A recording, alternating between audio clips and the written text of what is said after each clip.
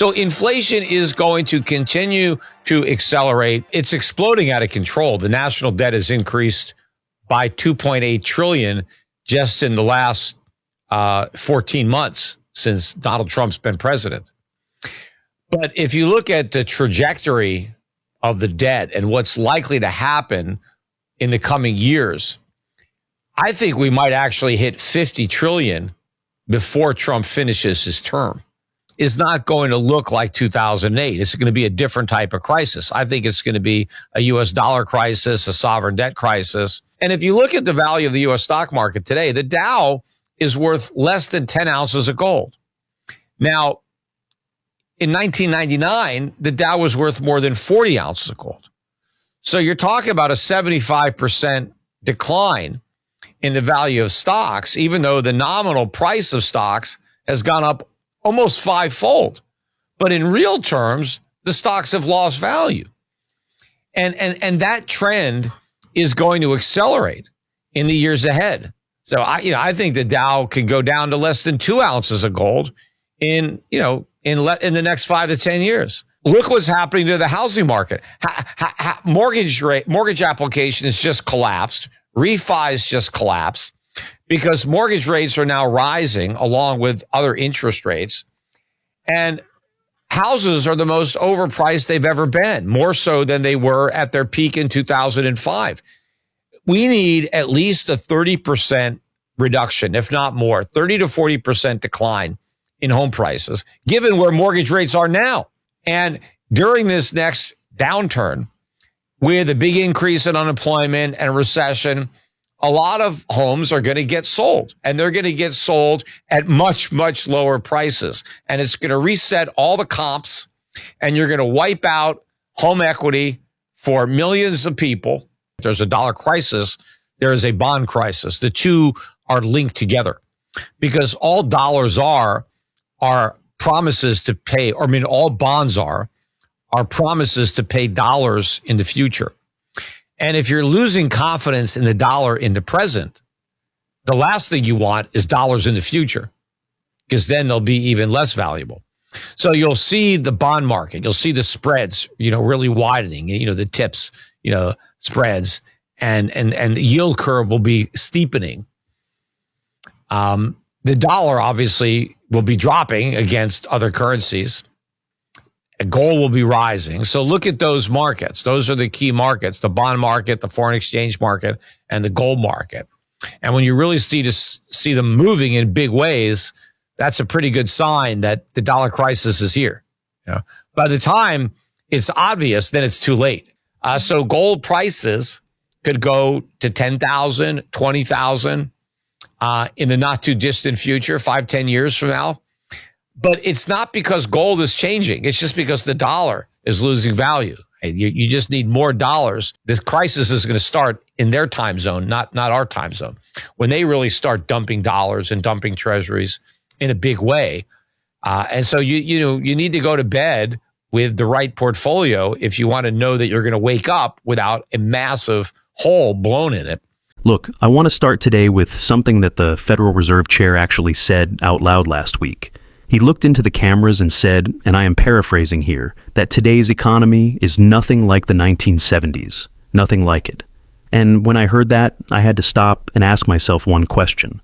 Is he talking about the same data I am looking at? Because when you dig into the actual numbers, not the headline numbers they put on CNN, the real underlying data, what you find is genuinely alarming. And I think by the end of this video, you are going to understand exactly why inflation is not going away. Not this year, not next year. And why the people who are supposed to fix it are completely powerless to do so. Stay with me on this one, because this affects every single dollar you have saved. Let me start with the number that should be on the front page of every newspaper every single morning, but somehow never is. The U.S. national debt just crossed $39 trillion. And before you scroll past that, because you have heard big numbers before, let me give you some context that actually makes it land. In the entire decade of the 1970s, the decade the Fed chair just said, we are nothing like, the national debt had not even hit $1 trillion. The United States did not cross $1 trillion in total debt until around 1980. That was after 200 years of spending. We just added $2.8 trillion in the last 14 months alone.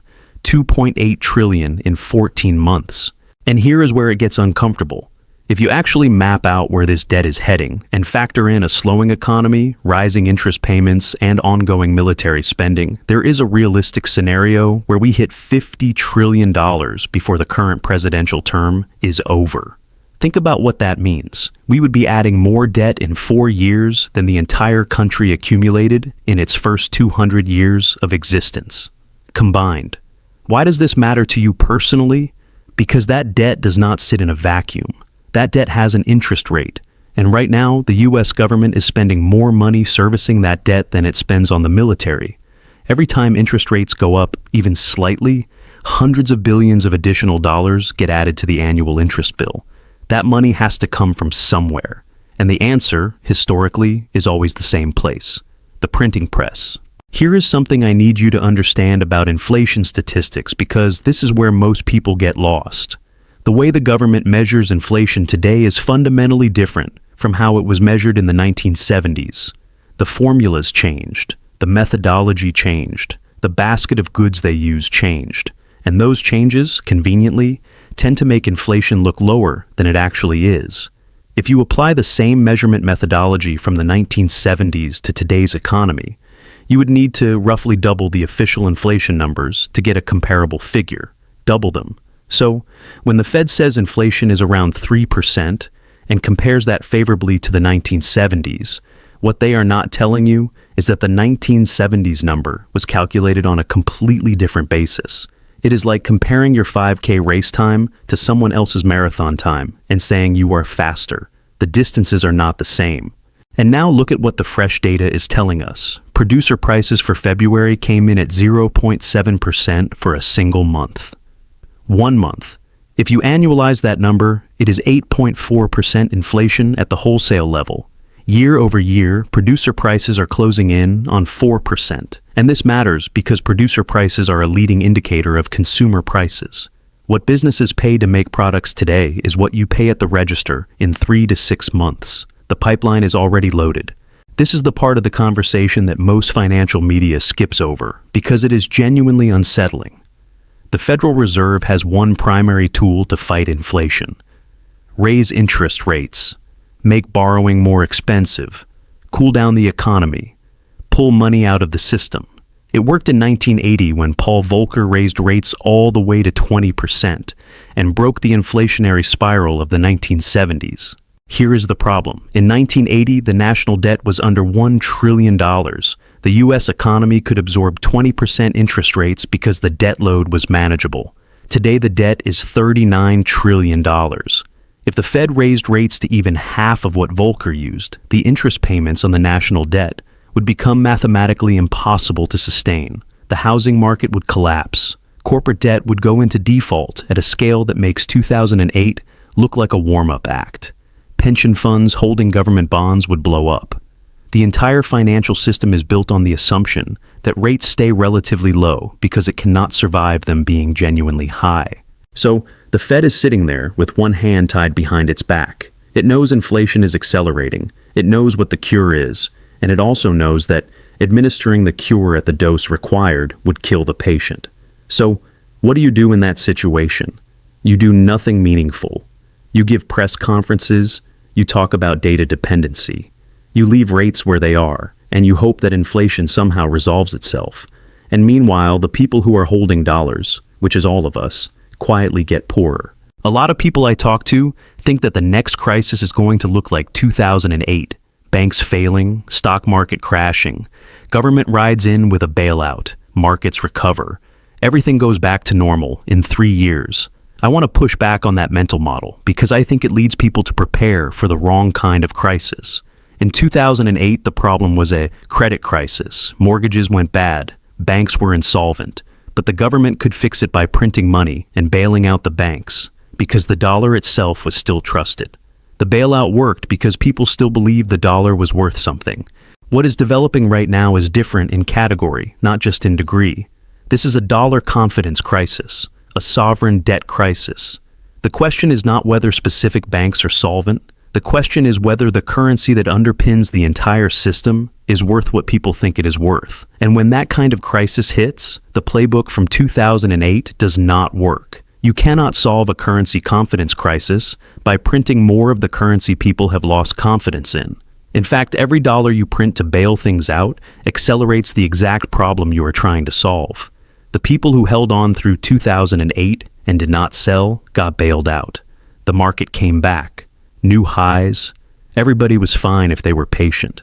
I am genuinely not sure that same outcome is available on the other side of what is building right now. Let me talk about housing for a second, because I know a lot of you either own a home, are thinking about buying one, or are watching prices and wondering when they come down. Here's the honest answer. Home prices right now are more stretched relative to incomes and relative to mortgage rates than they were at the absolute peak of the 2005 housing bubble. More stretched, not the same, more. Mortgage applications have collapsed. Refinancing has collapsed. The math on buying a home at current prices with current mortgage rates simply does not work for most people. The monthly payment on a median-priced home in most major markets is consuming a percentage of median income that is historically unprecedented. Prices need to fall somewhere in the range of 30 to 40% to restore any kind of affordability at current interest rates. And if rates move higher, which is a real possibility, the required price decline gets even larger. This is not a prediction that requires any heroic assumptions. It is arithmetic.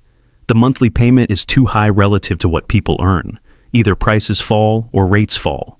And if inflation is accelerating, rates are not falling anytime soon. When that price correction happens, and I believe it is a matter of when, not if, it is going to wipe out home equity for millions of people. People who bought in 2021, 2022, and 2023 at peak prices are going to find themselves underwater. Defaults will follow, and the ripple effects through the financial system are going to be significant. I want you to think about something that happened quietly a few weeks ago that barely made the news. The US dollar hit an all-time record low against the Swiss franc. All-time, not a recent low, an all-time record low. And the reason that matters is because Switzerland is not some emerging market with a shaky central bank. Switzerland runs one of the most disciplined fiscal and monetary policies in the world. The market is expressing a preference for Swiss financial management over American financial management. And the market has a way of being right about these things over time. Gold tells the same story from a different angle. When the Federal Reserve was created in 1913, an ounce of gold cost $20. For the century before that, without a central bank, the dollar held its value. $20 bought an ounce of gold in 1813, and $20 still bought an ounce of gold in 1913. The moment the Fed was created, the slow debasement began. Today you need approximately $5,000 to buy that same ounce of gold. The gold did not change. The dollar lost more than 99% of its purchasing power. And that process is not slowing down. It is accelerating. Central banks around the world figured this out a couple of years ago and started rotating out of dollars and into gold. That shift is ongoing, and it is picking up speed. Private investors, pension funds, endowments, they have barely started making that rotation. When they do, and they will, the move in gold is going to be substantially larger than what we have already seen. Here is the part I actually want you to take something away from. Because this video is not supposed to just be scary, it is supposed to be useful. The US stock market is the worst performing major market in the world so far in 2026, down on the year. Meanwhile, international markets are up substantially.